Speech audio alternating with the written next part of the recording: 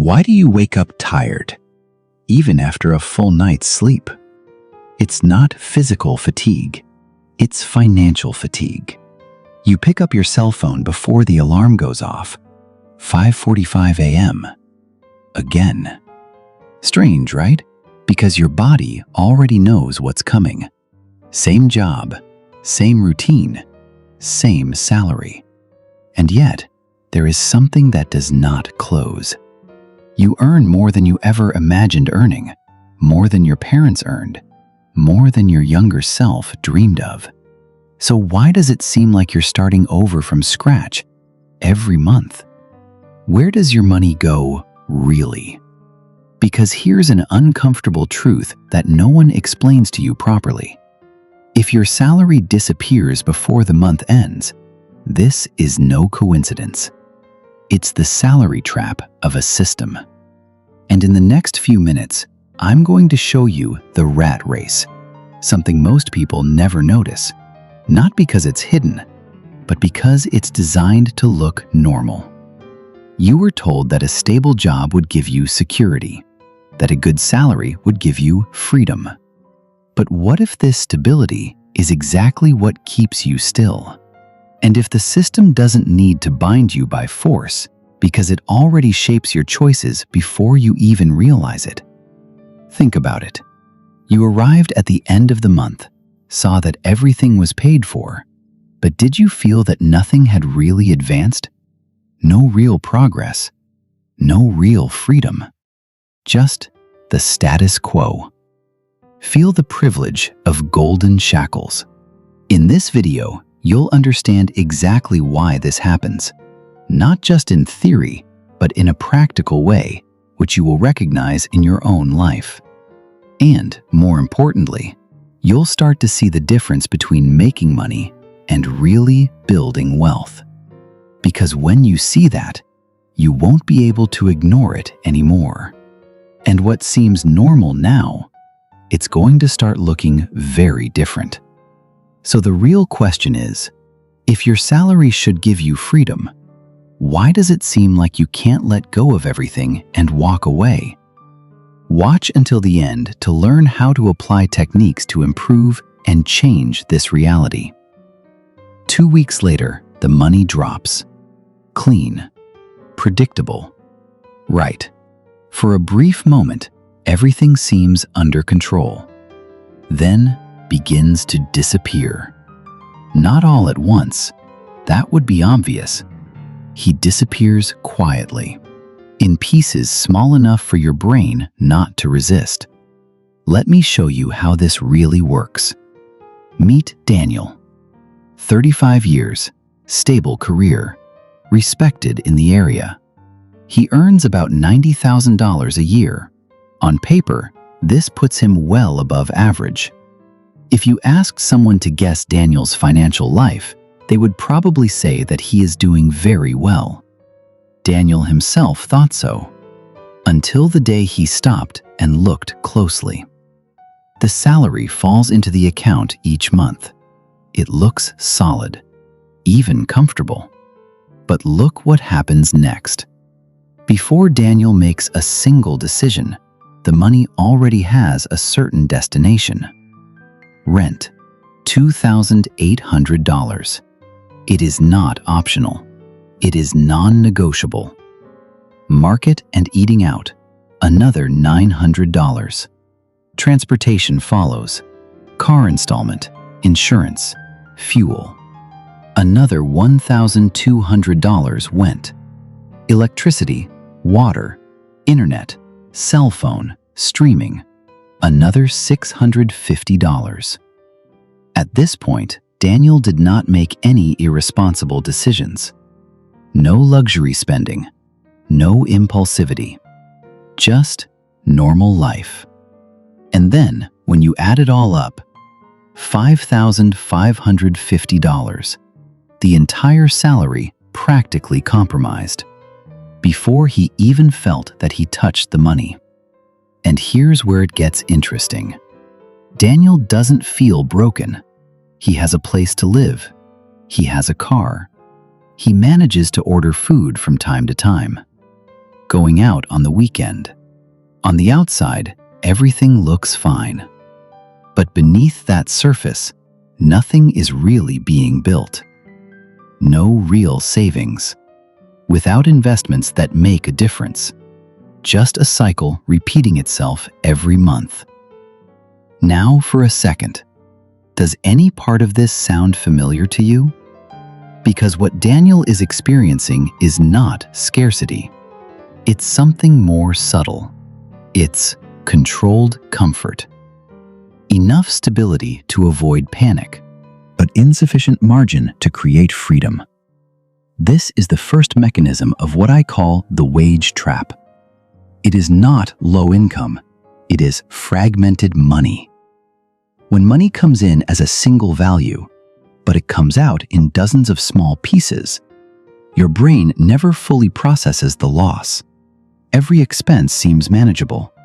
$50 here, $120 there, $300 on something you need. Individually, nothing seems threatening, but together, they erase all your income. And how this happens automatically, you never feel the full weight of it. You don't feel like you've lost $5,500. You feel like you've paid the bills of life. This distinction changes everything because it eliminates urgency, eliminates resistance. It prevents you from asking a very important question. If I'm earning so much, why am I not advancing? Now comes what most ignore. Daniel is not irresponsible. He's not making bad decisions. In fact, he is doing exactly what he was told to do. Get a stable job, pay your bills, be consistent. And yet, consistency is not creating progress. It's keeping a loop.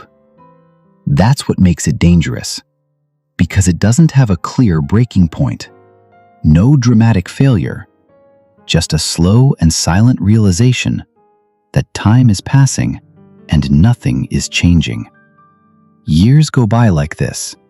Income increases a little. Expenses adjust right together, and the cycle continues. From a distance, it looks like growth, but when you zoom out, it's just movement without direction. And here's where the pattern gets even harder to escape. The system does not need to control your income. He controls his structure. He decides how the money flows before you even think about it. Which means you're not actively choosing where your money goes. You are reacting to where he is already committed. And the longer this continues, it is more difficult to change. Because each fixed expense becomes a responsibility. And each responsibility becomes pressure. Now imagine that. What would happen if Daniel lost his income tomorrow? Not hypothetically, realistically. How long would he be able to maintain his current life? 1 month? 2? Maybe less. This is not financial security. It's dependence with comfortable appearance. And this is where things start to change. Because when you see that pattern clearly, begins to perceive something unsettling. The problem is not how much you earn, it's how much control you really have. But what seems like a manageable situation now, it is quietly preparing the next stage of the trap. Because the moment your income increases, something else increases with it. And what looks like progress at first, it will tighten even more. The question is, why earn more so often does it make people feel even more trapped? At first, it looks like progress, an increase, a better proposal, more money coming in. And for a moment, everything seems lighter. Relief replaces pressure. Possibility overrides limitation. You tell yourself, now things are going to change. And they change, just not in the way you expected. Because the moment your income increases, something subtle begins to move. Not out there, within your decisions. Meet Lucas. 32 years, he works in marketing.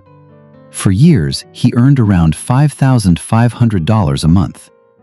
Careful with spending, always keeping an eye on the budget. He wasn't saving much, but he wasn't drowning either. Then came the opportunity. New function, better title. Salary jumps to $7,500 per month. On paper, this is a game changer. More than enough to finally get ahead. And Lucas believes that, at least in the beginning, because now he can afford better things. Not luxury, just upgrades. A slightly better apartment. Instead of $1,400 rent, it's now $1,900. It seems reasonable. After all, he's earning more. The car? It still works, but it is older. The installment goes from $0 to $750. Again, justified. He is progressing in life. It deserves reliability. Here come the small adjustments. Better market. More dinners out. A gym that he didn't have before. Streaming. Subscriptions. Nothing extreme, nothing irresponsible. Just a higher standard of living. And that's where the turnaround is consolidated. Because Lucas doesn't feel like he's spending more. He feels that he is living better, which makes every decision seem right. But if you map out the numbers, something important appears. His income increased by $2,000 per month, but fixed expenses increased almost proportionally. Rent alone added $500. Car added $750. Lifestyle tweaks easily add another $400 to $600. Suddenly, that extra income? It's no longer extra. It is mandatory. And here's the critical detail. Lucas didn't plan to get trapped. He just adapted. This is what economists call lifestyle inflation. But this term seems too neutral, too harmless, because what is really happening is more structural. Each financial upgrade, it becomes a permanent obligation. And obligations don't scale down easily. This is the difference that most lose. Income can fluctuate, but the cost of living tends to get stuck. Now think about the implications. Before the increase, Lucas was able to survive with less. Now he can't anymore, not without sacrificing his new normal. And that's when the pressure comes back, quietly, because now losing his job is not just inconvenient, it's destabilizing. The margin he thought he had conquered, it never really existed. It was absorbed. This is the second mechanism of the wage trap. Expansion without consciousness. You don't feel trapped because every step feels like improvement. Better house, better car, better life. But each improvement adds weight. And over time, this weight accumulates. Until the day you realize you're no longer choosing your lifestyle, you're maintaining it. And maintaining requires consistency. Consistency requires income. Income requires employment. And so, in the blink of an eye, freedom becomes conditional. Now comes the even more subtle part. Society reinforces this pattern. Promotions are celebrated. Upgrades are expected. Growth is measured by visible change. No one congratulates you for keeping expenses low. No one praises restraint. Then the default path becomes clear. Earn more, spend more, repeat. And if you don't question it, it looks like success. But there is a hidden exchange. The higher your lifestyle climbs, the narrower your options become. You can't back down easily. It can't pause easily, because too many commitments depend on your current income level. And this is where people start to feel something that they can't quite explain. They are earning more than ever, but they feel more dependent than before, more cautious, more careful, less willing to take risks. This feeling is not imagination. It is structural, because each new financial layer adds one more pressure point. And over time, these pressures connect. Rent, car, accounts, expectations. They form a system around you, not visible, but functional. A system that requires your continued participation. Now think about it. If Lucas wanted to quit his job tomorrow, would he be able to maintain his current life? Probably not. Not for long.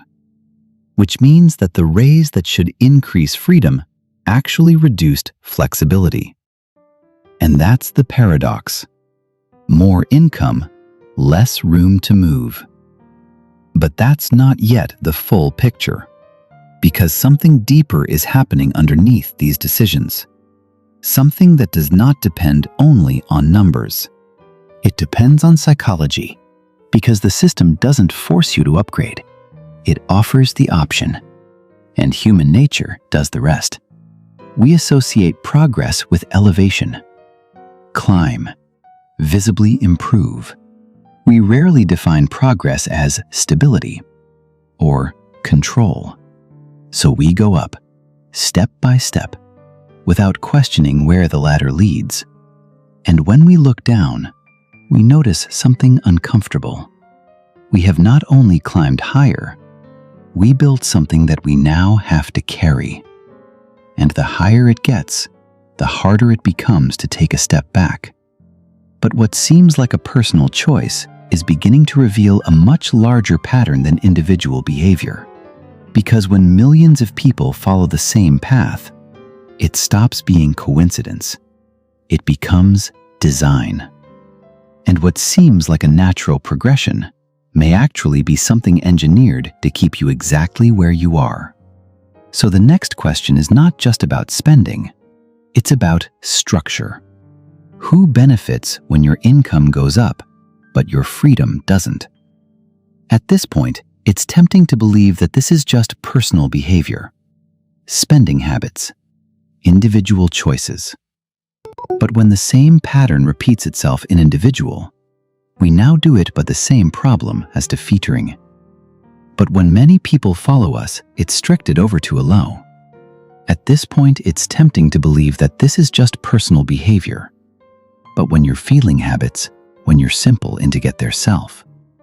Not just being a trust when you're preble impersonal, structural. Because Lucas is not an exception. He is the pattern. And when you start looking around, you notice something strange. People at completely different income levels feeling the same pressure. A professional earning $3,500 worried about the bills. Another earning $12,000 also worried about the bills. Even someone making $30,000 still feeling tight financially. That shouldn't make sense. But it does. Because the system doesn't operate based on how much you earn. It operates based on how much you need to sustain your life. And these two numbers tend to go together, almost automatically. Now let's zoom out. Meet Olivia, 41 years, senior manager in a large company. She earns more than $18,000 per month.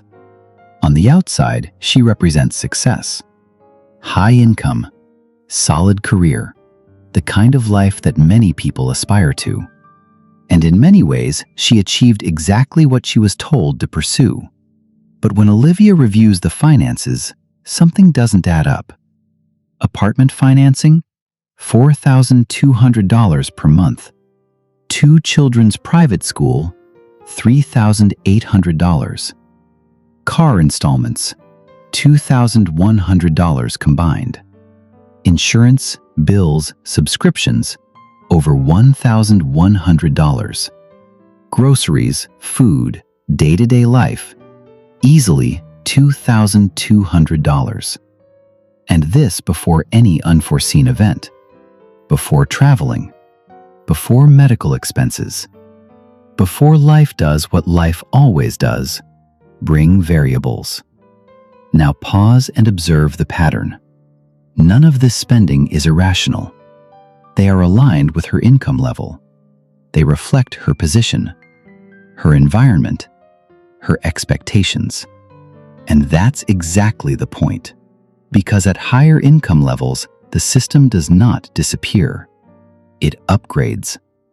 Better neighborhoods come with higher costs. Better education comes with bigger commitments. Better lifestyles come with higher maintenance. So while Olivia earns much more than Lucas, her financial pressure does not go away. It evolves. This is where the contradiction becomes impossible to ignore. If a higher income doesn't create relief, what exactly is it creating? Because the promise was clear. Work harder, earn more, feel safe. But the result does not match the promise. Instead of security, there is dependence. Instead of freedom, there is obligation. And instead of control, there is constant maintenance. Now comes the point where the pattern gets even more precise. At each income stage, there are reasonable upgrades waiting. Not excessive, just a little better. Always within reach. Always justifiable. And that's what makes them dangerous. Because they don't look like risks. They look like progression. But each one locks in a higher baseline. And when that baseline is established, your flexibility shrinks. Not suddenly, gradually, until the day you notice something important. Your life is no longer built around your choices. It is built around your obligations. Now think about it. If Olivia decided to step away from her job, even temporarily, what happens? Income stops. But the financial structure remains. Financing does not pause. School does not wait. Bills do not negotiate. So despite the high income, she is not financially independent. She is financially committed.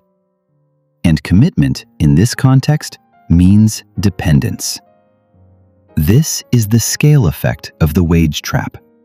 It doesn't disappear when you grow. It grows along with you. And as it scales gradually, you rarely notice it forming. Now let's connect this to something deeper. Why does this system work so consistently? Because it aligns perfectly with human psychology. We don't measure success internally. We measure relatively, compared to others, compared to the past. So when income increases, we adjust our standards. Not consciously, automatically. And when the new standard becomes normal, it stops looking like an upgrade. It becomes a requirement. This is the turning point. And that's where the system anchors itself. Because now, you're not just earning to improve your life. You're earning to maintain it. Now comes the part that most avoid thinking about. If your current lifestyle depends entirely on your current income, what happens if that income changes? Not dramatically, just a little. Job loss, market change, a health problem. Suddenly, the structure becomes fragile. And fragility creates fear, which leads to caution, which limits risk-taking. And risk-taking is exactly what creates real financial mobility. So without realizing it, the system doesn't just shape your finances. It shapes your behavior. It influences your decisions, your willingness to explore, your ability to say no. And little by little, it narrows your options until stability becomes the only acceptable result, even if this stability comes at the cost of freedom. But there is still a deeper layer than all of that, because everything you've seen so far, income, expenses, upgrades, is just the surface. What really locks people in is not just financial structure, it is psychological commitment. And when it sets in, getting out doesn't seem difficult. It seems impossible. So the real question becomes, at what point does a comfortable life become something you can't leave behind? There is a moment that most people never notice. Not because it is hidden, but because it seems normal. It is the moment when your life stops being flexible and begins to be fixed. Until now, everything seemed progressive. Better income, better choices, better life. But beneath that surface, something different was brewing. There is a moment that most people never notice. Not because it is hidden, but because it seems normal. It is the moment when your life stops being flexible and begins to be fixed. Until now, everything seemed progressive. Better income, better choices, better life. But beneath that surface, something different was brewing. A structure that silently removes your ability to take a step back. Let me show you what that looks like in real terms. Meet Adrian, 38 years. He works with technology, six-figure income for almost a decade, disciplined, dedicated, the kind of person that others look at and think, he's figured out the secret. And in many ways, he did. He bought a good house, around $850,000, reasonable for his income. Then came the second car. Not overdone, just practical. 2 children. Private school seemed like the right decision. Better opportunities. He wasn't chasing luxury. He was building what most people would call a solid life. But this is where the turning point happens. Each of these decisions came with a long-term commitment.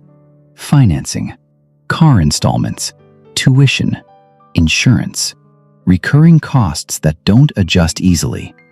And when they are in place, not only do they exist, they pile up. One obligation connects to the other until the entire financial life becomes interconnected. Now stop and think about it. If Adrian wanted to change direction, not letting go of everything, just slowing down, what would happen? His income drops, even just a little. Immediately the pressure rises because his expenses were not designed to shrink. They were designed to continue. This is the real mechanism behind the wage trap. It's not the income, it's not the expenses. It is the density of commitments.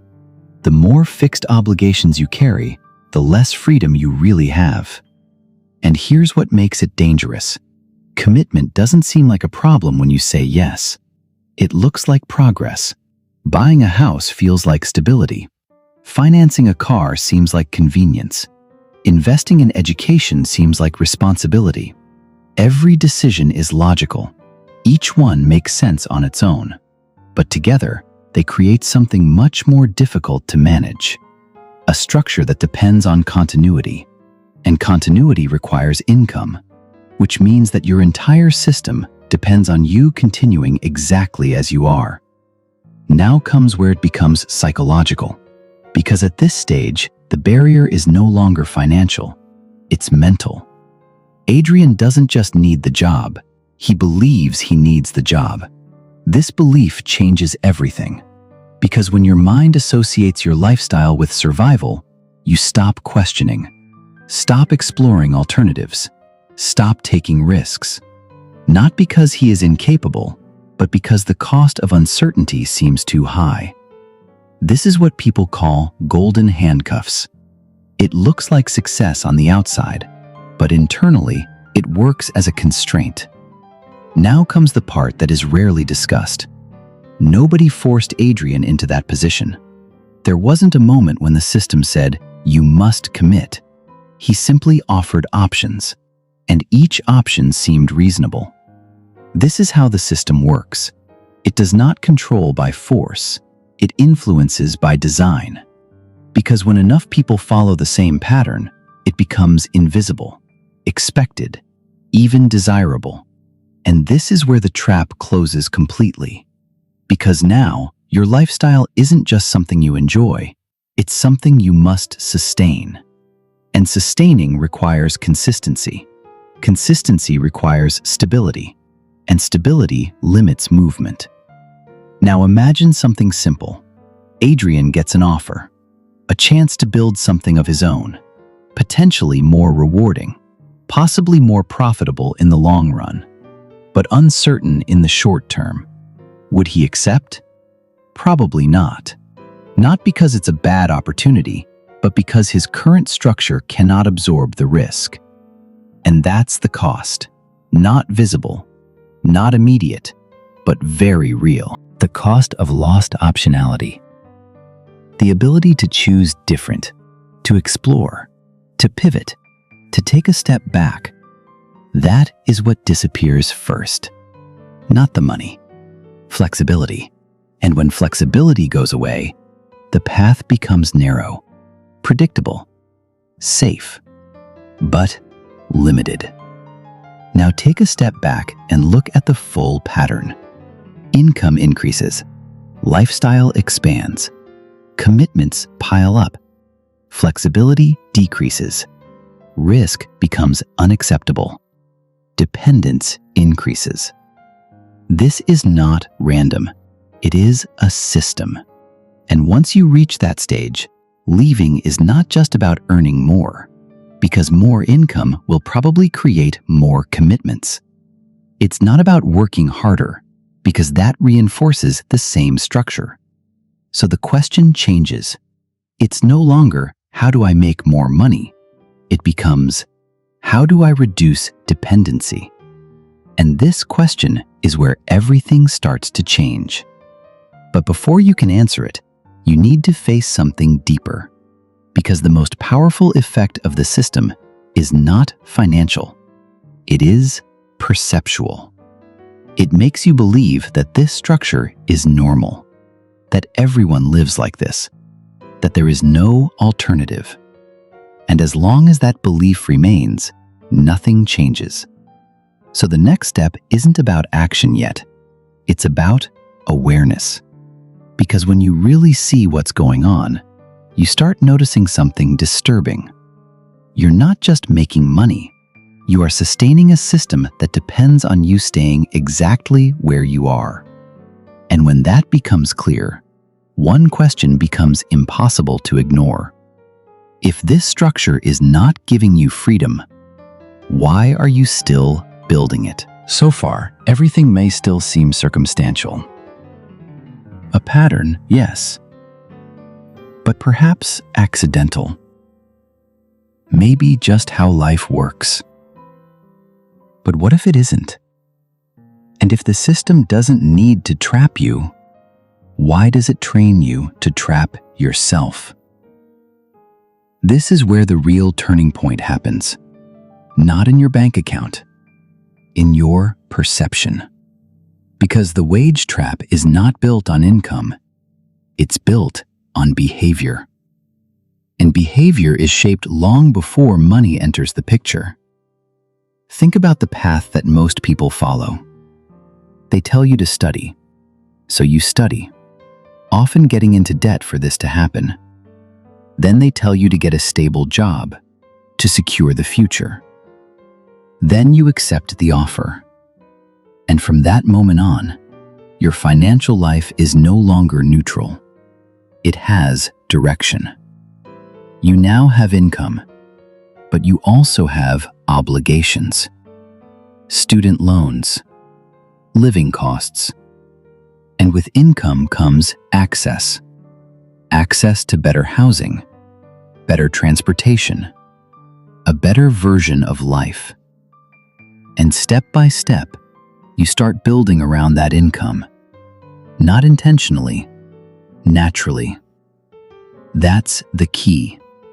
Because none of this seems forced. It looks like growth. But here's the turnaround. Every decision you make from that point on assumes that one thing will remain constant: your paycheck. And that assumption changes how you think. You don't evaluate decisions based on total cost.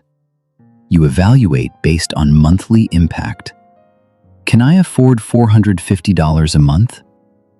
Can I handle $700? And as long as the answer is yes, the decision seems safe. But what you are really doing is converting long-term commitments into short-term comfort. You're not buying a car. You are accepting a payment. You're not choosing a house. You are accepting a structure. And when enough structures exist, they begin to define your reality. Now comes where the system becomes almost invisible. Because everything still works. Bills are paid. Life goes on. Nothing collapses. So there is no signal to stop. No warning. Only continuity. And continuity creates belief. The belief that this is normal. That this is what stability looks like. But let's stop and question that. If your entire lifestyle depends on continuous income, is this stability? Or is it dependence with good branding? Because real stability doesn't disappear the moment income stops. And that's the distinction that most never make. Now comes the deepest layer. Why don't people question this system? Because it rewards conformity. Not immediately, but consistently. You work. You get paid. You upgrade. You feel progress. This feedback loop reinforces the behavior. And over time, it becomes identity. I'm succeeding. I'm doing well. Even if nothing is actually accumulating beneath the surface. Now think about it carefully. If someone making $4,000 and someone making $25,000 both need almost all of their income to sustain their lives, what is the real difference between them? Scale, not structure. And it is the structure that determines freedom. This is the central revelation.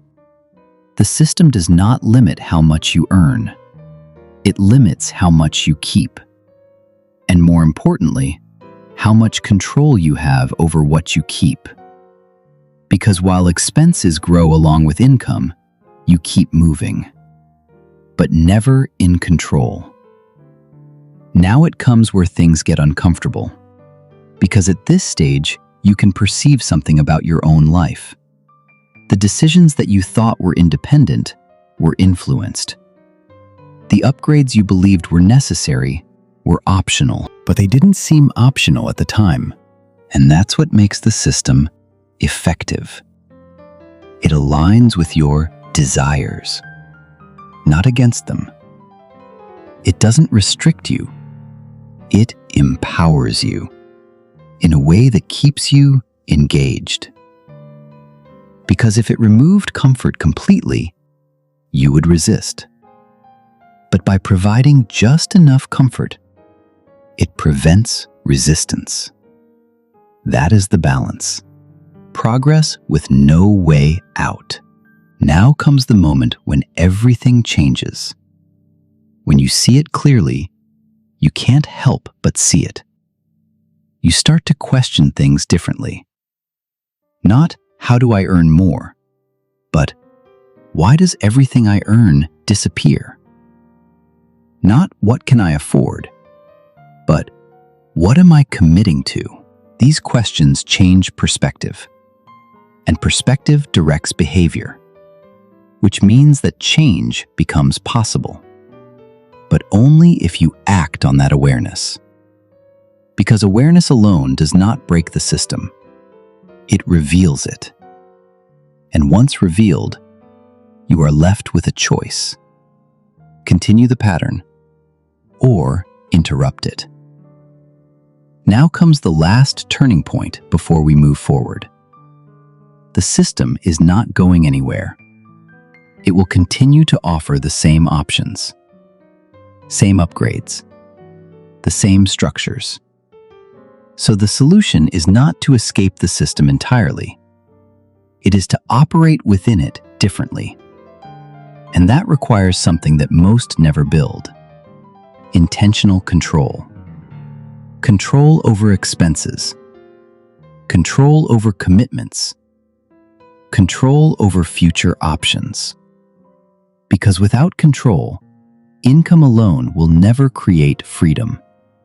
It will only create a more expensive version of the same cycle. And that's the truth that most people reach too late. But now that you're seeing, the next step is not just to understand the problem. It's learning how to break the pattern without destroying your life. Because the exit is not extreme. It is strategic. And it starts with one shift that most completely ignore: the gap. The space between what you earn and what you allow yourself to keep. And this small space is where real freedom begins. Now you can see clearly, not only the income, not only the expenses, but the structure behind it all.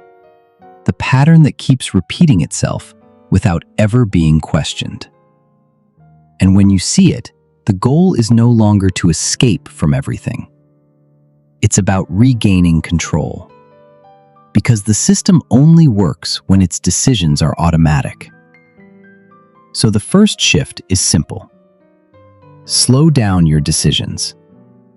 Before any expense becomes permanent, ask one question: is this increasing my freedom or reducing it? This question alone changes how you evaluate everything. Now let's get practical. You don't need extreme actions. You don't have to quit your job tomorrow. What you need is to create space. Financial space. This space is the gap between what you earn and what you keep. Then you discovered that the salary that was supposed to give you freedom was actually transformed into a system of dependency. You saw how the fragmentation of money deceives the brain, how lifestyle inflation absorbs each raise, how commitments accumulate until they transform life into a set of obligations that require continuity. And since this is not an accident, it is structure. The central problem was clear. It's not how much you earn. It's just that everything you earn is compromised before you even make a conscious decision.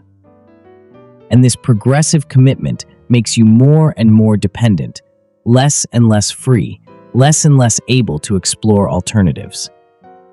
The problem is not one of effort. The practical solution. The exit does not require a radical rupture. It requires a change in financial architecture. Create a real gap between what comes in and what you keep.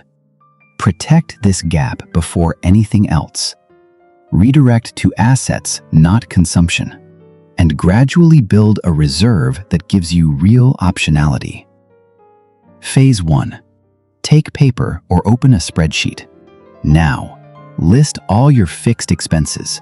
Actual monthly, exact amount, not estimate.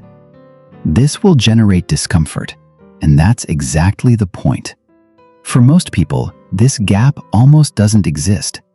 So your first step is to protect it, even if it's small. Commitment density calculation. Identify what is lifestyle, optional, versus obligation, contractual, necessary. Rent, transportation, everything that repeats, because clarity is what breaks the illusion. When you see the structure, you can start adjusting it. Not all at once, gradually. Maybe a deferred upgrade. Every small decision creates space, and this space accumulates. Pending upgrades review. Identify a lifestyle upgrade you were planning and defer it for 6 months while maintaining the current level. Auditing subscriptions and recurrences. Cancel at least 3 services or subscriptions you do not actively use. Choose an expense that can be eliminated or reduced without destroying quality of life. Don't try to cut everything at once. It doesn't hold up. One real step is worth more than 10 ambitious plans. Step 2. Identify the current gap. How much is left after all fixed obligations? If it's less than 20% of income, you're structurally stuck. This number is your starting point. Room for maneuver. The 48-hour pause. Before any lifestyle upgrade, buying electronics, changing cars, upgrading plans, wait 48 hours. If the urge passes, you've just secured your gap. Conversion of consumption into assets. Whenever you feel the pull of a lifestyle upgrade, calculate how much that money would yield if it were invested. Choose an investment at least once before spending. Redirect that space. Not for more consumption, for assets. Things that don't need your time to generate value. Emergency reserve. Investments. Anything that builds independence. Gap automation. Schedule an automatic transfer to an investing or reserve account as soon as the salary falls, before paying anything else, because income alone does not create security. Accumulation creates. Step 3. Focus on the optionality reserve. The initial goal: reach 3 months of your current cost of living in a highly liquid asset. This buys your first real dose of freedom of choice. Step 4. Automate the gap transfer. Before you spend any leftover amounts, move it to a separate account. Making it automatic removes the daily decision from the equation. This step is psychological. Build optionality. Your goal is simple. Get to a point where your life can continue without immediate income. Step 5. Set the optionality goal. Maintenance of control. 3 months of expenses set aside. Then 6. Not as a luxury, as an infrastructure of freedom. Decision check. Whenever you sign a new long-term commitment, financing, new plan, tuition, apply the filter. Is this increasing my freedom or reducing it? Identity disconnection. Practice separating your personal worth from the level of things you maintain or display. The 3-month rule. That changes everything.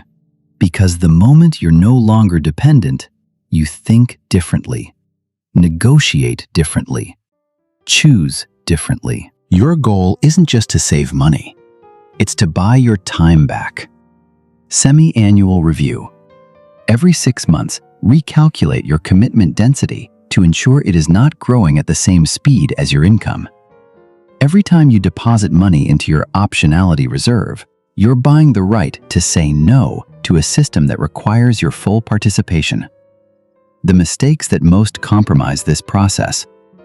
Waiting for the right moment to start. The right time is always now with what you have. Another serious mistake: increasing expenses along with each income raise. If the gap does not grow proportionally, you have only scaled the trap.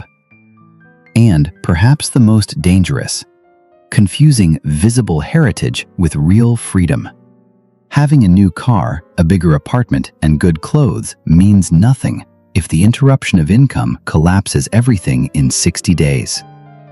Don't judge the past. Every decision that brought you here made sense at that moment. What changes now is the awareness with which you look forward. The expected result. When you apply this, something curious will happen. Not immediately financial, but perceptual. You'll start to feel like you have a choice, that you can say no to an upgrade without anguish, that you can consider a career transition without terror, that you can look to the future with strategy, not just with maintenance anxiety. This is not utopia. This is what happens when the structure starts to work in your favor instead of against you. The question that remains: you have come this far. That already separates you from the majority. But I want to be honest with you about something that finance videos rarely say. Understanding the problem does not solve the problem. You may have watched all of this, had real insights, and tomorrow wake up and make the exact same automatic choices. Because the system is designed for that. It does not depend on your ignorance. It depends on your inertia. The difference between those who transform this awareness into results and those who are left with only the feeling of having learned something is one thing: the first concrete action before the routine absorbs everything back. So the question that remains is not whether you understood. The question is, what are you going to do differently tomorrow morning when the alarm goes off at 5:45 a.m.? Because the system will continue to work, with or without you. It will continue to offer the same upgrades, the same structures, the same comfortable loops. And it will do so in a sophisticated, gradual, completely reasonable way. The only variable that changes is you. If this content has opened something in your way of seeing finances, do one thing now. Leave a comment saying which part impacted you the most. Not because of engagement, but because writing clarifies thought. And clarity is the first real asset you can build today, without costing anything. Enjoy the video if you want me to continue exploring these mechanisms in depth. Each like tells me that it's worth going deeper. Subscribe to the channel because this was just the foundation. The next content will enter the specific mechanisms of how to build true financial freedom and loosen the golden shackles. How to evaluate investments without being deceived by promises. How to operate within the system without being consumed by it. And if you know someone who wakes up every day with this feeling that the money disappears before the month is over, share it. Help that person. Sometimes the right information at the right time changes the course of an entire life. This content is educational and does not constitute personalized financial advice. Every situation is unique. Consult with a qualified professional before making important financial decisions. Click here. Watch the next video. See how the psychology works for people who quietly escape the rat race. How they step off the treadmill and break free from the salary trap simply by recalibrating their mindset without burning out. See you in the next video.